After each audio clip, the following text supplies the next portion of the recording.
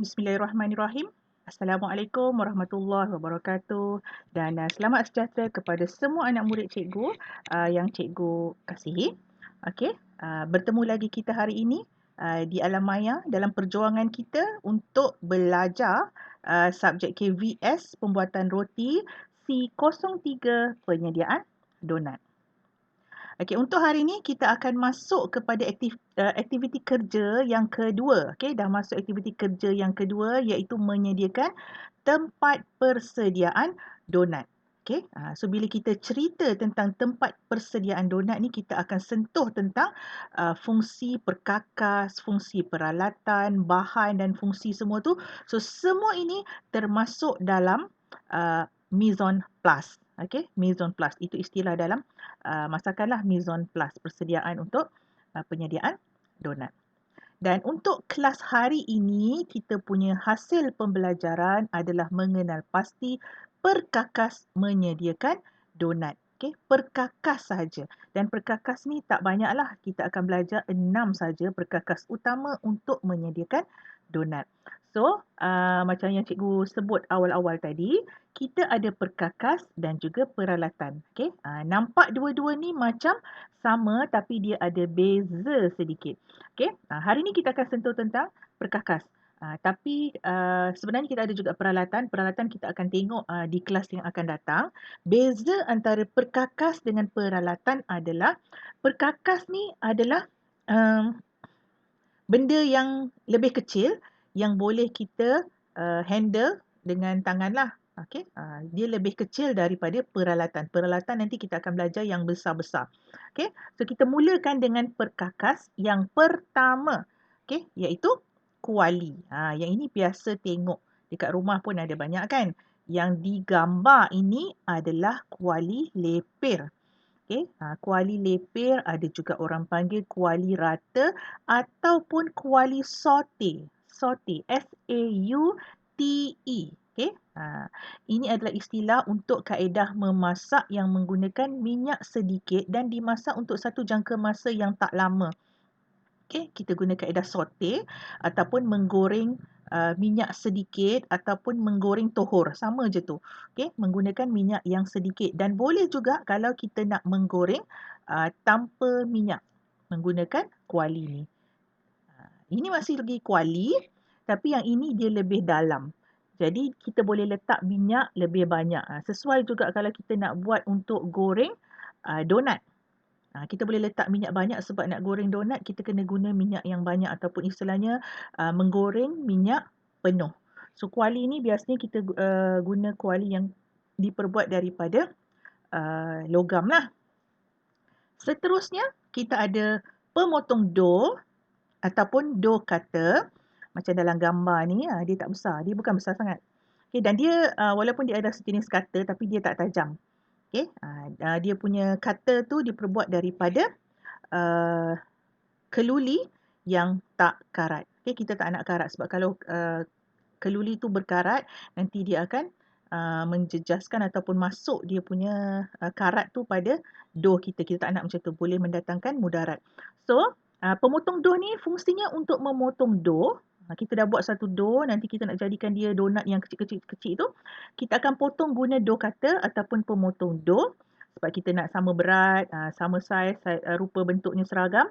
Kita akan potong guna dough cutter dan juga dough cutter ni kita gunakan untuk mengikis papan pemotong dan mangkuk daripada dough ataupun permukaan kerja. Kita dah uli ataupun kita uli ataupun kita canai kita punya dough tu. Dan kemudian ada juga dough yang akan melekat-lekat pada permukaan kerja kita tu ataupun mangkuk. So kita nak bersihkan, kita akan kikis dengan pemotong dough. Okey. Okey, seterusnya kita ada penyepit makanan ataupun food tong.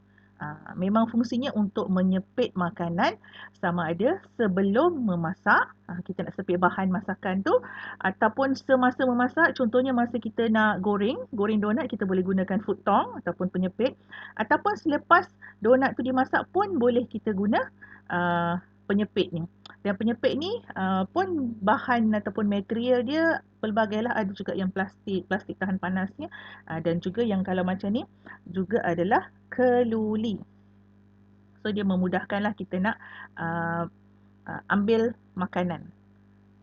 Okey, seterusnya kita ada sudu penyukat ataupun measuring spoon. Yang ini bukan guna untuk makan.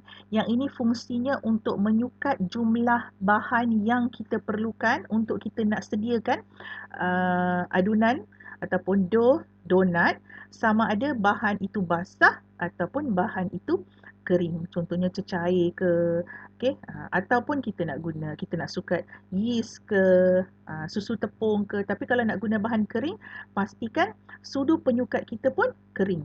Dan sudu penyukat ni pun bahannya ada yang logam, ada yang keluli macam tu, ada yang plastik. Tak kisah. Dan dia memang didatangkan satu set daripada suku 1/4 camca teh, setengah camca teh, 1 camca teh, 1/2 dan seterusnya sampailah sukatan untuk sudu besar. Okay, kalau kita baca resepi, dalam resepi dia biasanya akan guna singkatan CAMT. Kalau CAMT, camca teh ataupun sudu kecil. Kalau CAMB, maksudnya adalah camca besar ataupun sudu besar. Camca maksudnya sudu. Okay? Dan dia akan didatangkan dalam satu kelompok macam tu. Dia ada ring untuk sekalikan dia supaya dia tidak terpisah adik-beradik tu.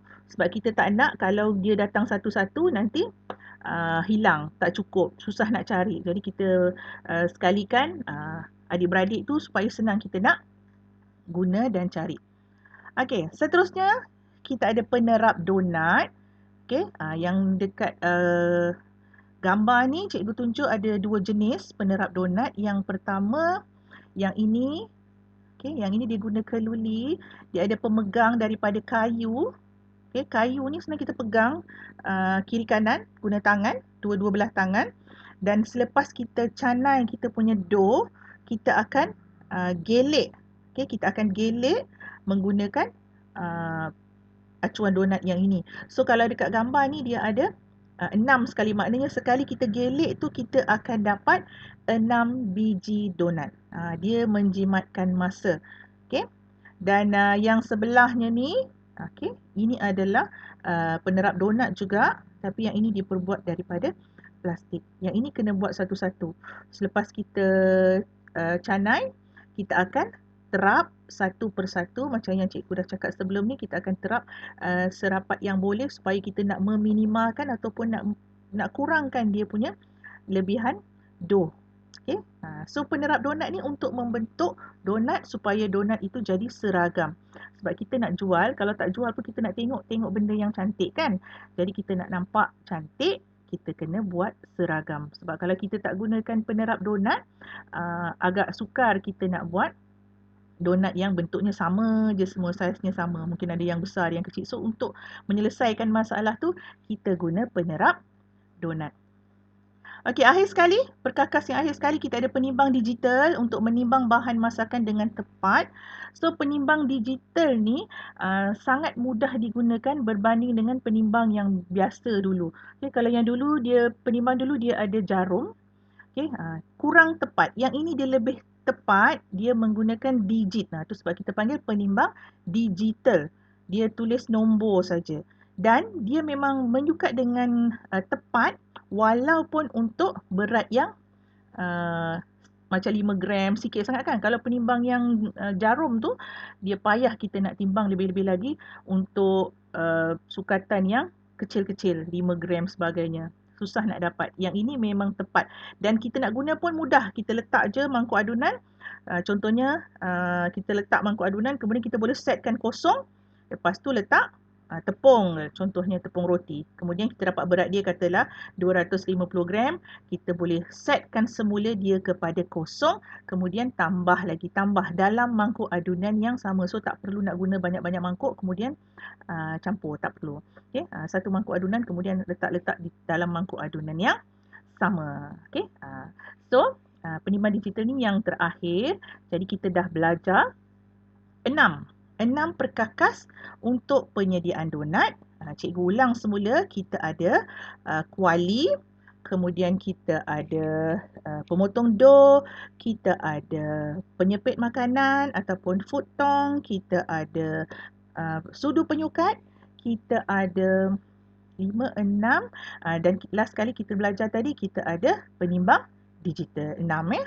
Okay, so kelas kita berakhir di sini untuk hari ini. Kita belajar 6 jenis perkakas untuk persediaan donat ataupun mise en place untuk menyediakan donat. Kelas akan datang kita akan sambung dengan peralatan dan juga bahan. Jadi sekiranya ada masalah boleh berhubung dengan cikgu. Sekian untuk kali ini. InsyaAllah kita jumpa lagi di kelas akan datang.